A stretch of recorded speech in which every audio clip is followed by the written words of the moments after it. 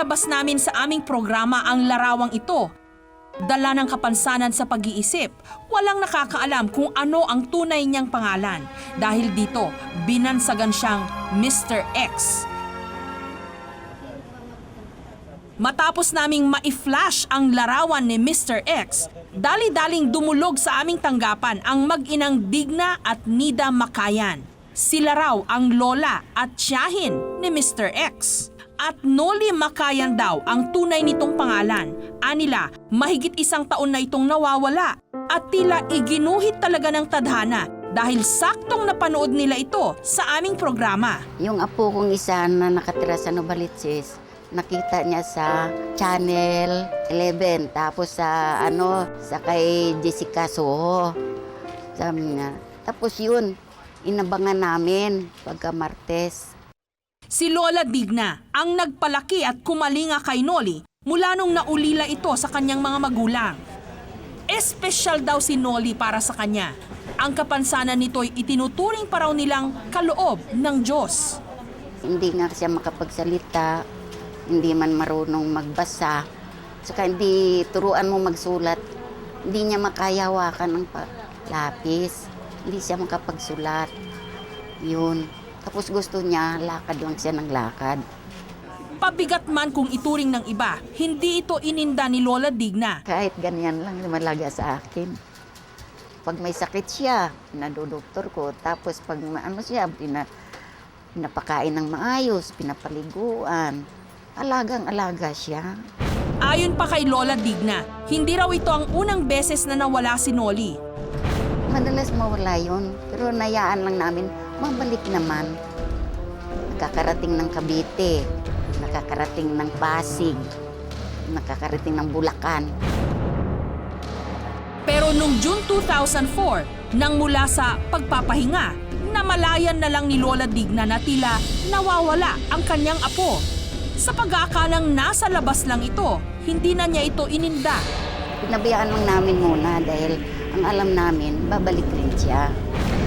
Ngunit sa pagkakataong yon, tila naubos na ang lahat ng alas ni Noli.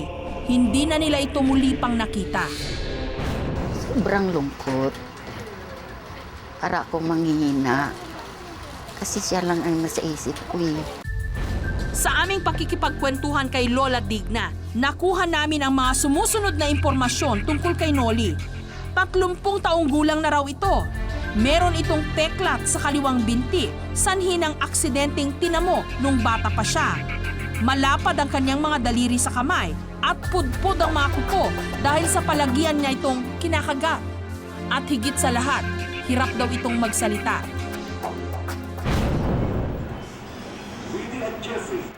Matapos ang aming panayam, ipinapanood namin sa kanila ang episode kung saan naipalabas namin ang larawan ni Noli. Habang masusi nila itong pinapanood, nagliwanag ang mukha ni Nida. Pero si Lola Digna, tila nagdalawang isip pa. Saka yung balbas niya na yun. Sinuli talaga ninang niya. Ako hindi talaga nagkakamali niyan. Halatang may agam-agam pa rin sa kanyang mukha. Sa kabila ng kanyang mga nanlalabong mata, pilit pa rin niyang sinisipat si Mr. X. Tulog ba yan kinunan? Hindi po. Hindi po namin sigurado. Ano na yung nararamdaman po ninyo? Yun pong lukso po ng dugo bilang lola. Siya po ba yan? Pero sa huli, tila nanaig pa rin ang lukso ng dugo. Siya po? Baon ng matibay na pag-asang si Mr. X at si Noli ay iisa. Agad kaming umalis patungong Jose Fabella Center. Dito kasi nakatigil ang i-feature namin noon na si Mr. X. Habang bumabiyahe, tahimik lamang si Lola Digna. Tila may bumabagabag sa kanyang kalooban. Samantala, sa mismong Jose Fabella Center, nakaharap na namin si Mr. X. Ayon kay Miles Presentasyon, Supervising Social Worker ng Jose Fabella Center, taong 2004 nung na-rescue si Mr. X ng mga otoridad. Bali, nakuha po siya ng pulis na nakalambitin sa isang gutter ng isang building. So, after that, dinala siya sa Baguio City General Hospital, Psychiatry Department. Bali, nag 1 year siya doon. At dahil nga hirap itong magsalita, hindi raw sila makakuha ng impormasyon mula rito. Naging dahilan para hindi siya maibalik sa tunay niyang pamilya.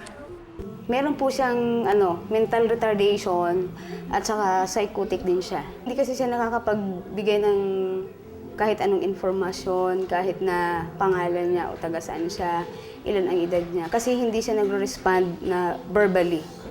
Pero hindi naman daw naging hadlang ang kakulangan niya sa pag-iisip para hindi siya maging malambing at magiliw sa mga tao sa paligid niya. Pagdating ng Fabella Center, hindi na halos magkanda-ugaga sina Lola Digna at Nida. Hanggang sa isang pamilyar na mukha ang muling nagpalukso sa kanilang mga puso.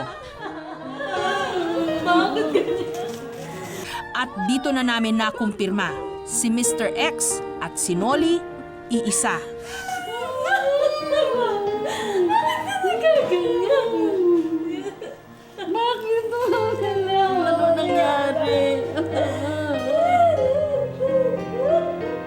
Nagpuumapaw ang kaligayahan sa mga oras na yun.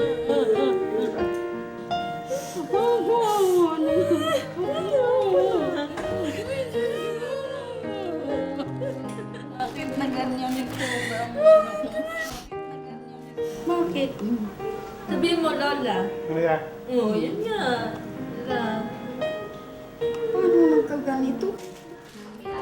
At anumang pag-aalala na idinulot ng 2 taong pagkawala, isang ngiti lang ni Noli, burado na lahat ng nadamang pangamba ni na Lola Digna at Nida. Lugaw na lang, no? Kain natin. Kain kalugaw. Oh.